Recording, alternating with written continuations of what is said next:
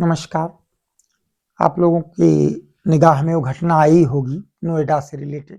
बेटा रुक जाओ, एक गाड़ी और मैंने मंगाई है, शांत रहना। उसी जगह क्या कोशिश तो कर।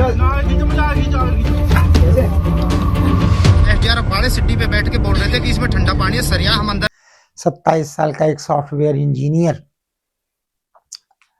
2 घंटे तक अपने बचाव की गुहार लगाता रहा, लेकिन 2 घंटे के बावजूद जबकि सैकड़ों की भीड़ अगल बगल खड़ी थी, उसको बचाया नहीं जा सका। थोड़ा सा मैं घटना के विषय में आपको बता दूं।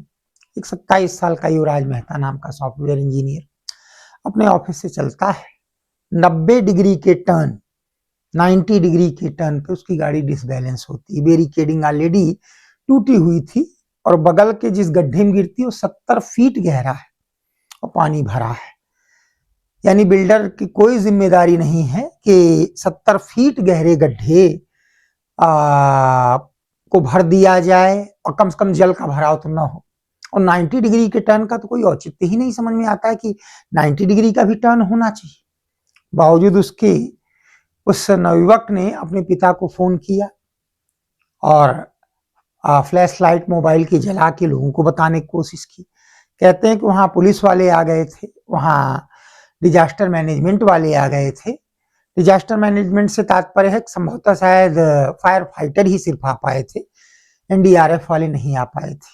जबकि आप अच्छी तरीके से जानते हैं कि हर जिले में एनडीआरएफ का गठन होता है और डीएम उसके लिए अकाउंटेबल होता है।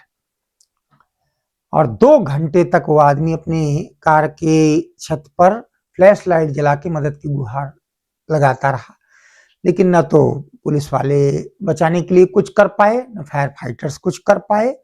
कुछ किलोमीटर की दूरी पर वहां हेलीपैड था, हेलीकॉप्टर बुलाए जा सकते थे। वो आश्चर्य की बात है, इतनी बड़ी घटना पर जिलाधिकारी के कान पे जूं तक नहीं लगी। पहुंचना तो बड़ी दूर की बात है। मुझे नहीं लगता है कि उन्होंने शायद उस समय फोन भी उठाया होगा या कुछ आदेश दिया होगा, क्योंकि वो जिला की जो NDMA national disaster management authority की इकाई होती है, उसकी चीफ होती हैं, आदेश दे सकती थी कि हेलीकॉप्टर से रेस्क्यू किया जाए, क्योंकि कुछ किलोमीटर की दूरी पे वहां से था।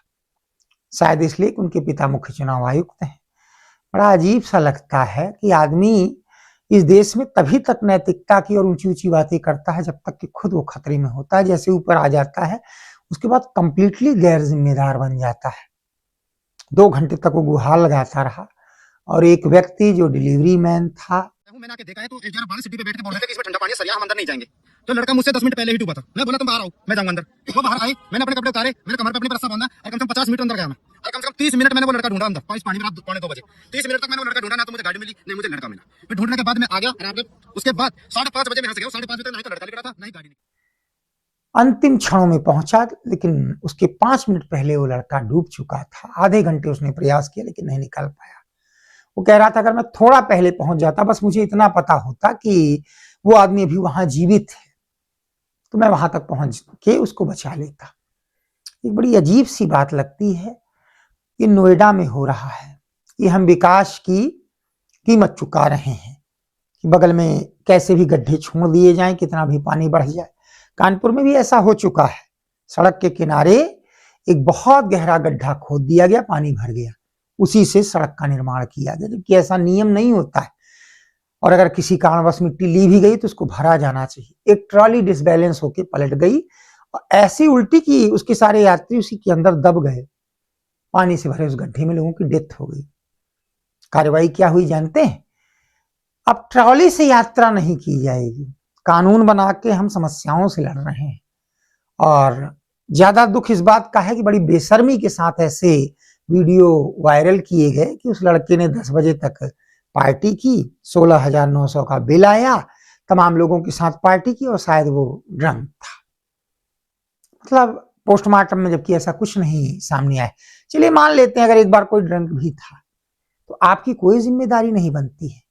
कैसा हो चुका है असंवेदनशील देश। याद है निर्भया केस में बहुत दुर्भाग्यपूर्ण घटना थी और उसमें एक वकील ने इन नरपिशाचों को बचाने की अंतिम क्षण तक कोशिश की थी। निर्भया केस में किस तरीके से पूरा देश एकजुट हुआ था। लेकिन अब हम एकजुट लगता है कभी किसी मुद्दे नहीं हो पाएंगे, क्योंकि आप देख रहे होंगे राजनीतिज्ञों से तो मुझे कोई उम्मीद कभी भी नहीं है, क्योंकि ये सब एक थैली के चट्टे बट्टे हैं, सब के सब। और आपने देखा होगा देश को योजनाबद्ध ढंग से बांटने के लिए कोई जाति मुद्दा लेके चल रहा है, एक जात दूसरे को गाली दे रही, दूसरी जात तीसरे को गाली दे रही है, कोई धार्मिक मुद्दा लेके चल रहा है, कोई क्षेत्र का मुद्दा, कोई भाषा का मुद्दा। लेकिन नागरिकता का जो एक अधिकार होता है, नागरिकों के लिए कुछ मूल अधिकार होते हैं, उससे रिलेटेड मुद्दे कहीं कोई नहीं उठा रहा है एक छतरी के नीचे जिससे पूरा देश लाया जा सके। अब आप कल्पना करिए कि नोएडा जैसी घटना अगर आपके साथ, आपके परिवार में किसी के साथ, आपके किसी निकट संबंधी के साथ हो, तो यही लीपापोती होगी। हम वी द पीपुल इस रूप में कन्वर्ट होते तो ज्यादा अच्छा था। शायद हम लोग इतने छोटे छोटे खाटों में बट गए हैं कि भविष्य के किसी संकट के लिए हम अपने आप को तैयार नहीं पाते हैं। एक बार विचार करिएगा इन मुद्दों पर। बस इतना ही कहना था। नमस्कार, धन्यवाद। ने फोन किया कि 12 बजे मिडनाइट में कि पापा मैं नाले में गिर गया हूँ, मुझे बचाओ। इतना सुनते ही मैं दौड़ पड़ा, जिस हालत में था वैसे ही मैं दौड़ पड़ा उसको बचाने के लिए। और वहाँ बोला कि नाला के पास गिरे हैं, तो नाला खोजते हुए मैं करीब 12:40 तक वहाँ पहुँचा स्पॉट पर। इतनी लेट की पूछे तो पास ही था। मैं दूसरे सर्च करने में दूसरे नाले की तरफ चला गया था। फिर वहाँ से पूछने पर बेटे ने बताया कि नहीं वो नाला नहीं, जो सोसाइटी के नजदीक वाला नाला है वहाँ पर आना है। तब मैं फिर वहाँ से जो भी उपलब्ध गाड़ी थी उसको पकड़ करके वहाँ पर। तो आपकी कन्वर्सेशन कैसे हो रही थी? मोबाइल से हो रही थी, वो मोबाइल से बात कर रहा था। जब स्पॉट पर पहुंचा मैंने उसको फिर फोन किया, बेटे कहाँ हो, दिखाई नहीं पड़ रहा। तब इतना था कि दिखाई नहीं। हाँ, तो फिर उसने अपना मोबाइल टॉर्च ऑन कर लिया और तब वहाँ से दिखा एक हल्का सा लाइट वहाँ पर नजर आ रहा था। बोले बेटा बैठना मत। नहीं मैं बैठा हुआ नहीं, बैलेंस बिगड़ रहा था, हम लेटे हुए। तो गाड़ी की छत पर वो गाड़ी से निकल कर बाहर आया और हिम्मत करके छत पर लेट गया और वहां से हेल्प हेल्प चिल्ला रहा था ताकि कोई राह चला भी कोई आदमी उसको हेल्प कर सके। वो हाइड्रोलिक वाली मशीन भी आई, काफी लंबी लंबी बड़ी सी, लेकिन तब भी वो लोग रस्सी वहां नहीं पहुंचा सके। कमी ये आखिरी कि उन लोगों के पास स्विमिंग वाला कोई पर्सनल नहीं था और बोट वगैरह नहीं था ताकि बोट से बेटे तक पहुंच सके और उसको मदद कर सके। मुझे कोई स्विमर है आपकी टीम में या तो वाला नहीं?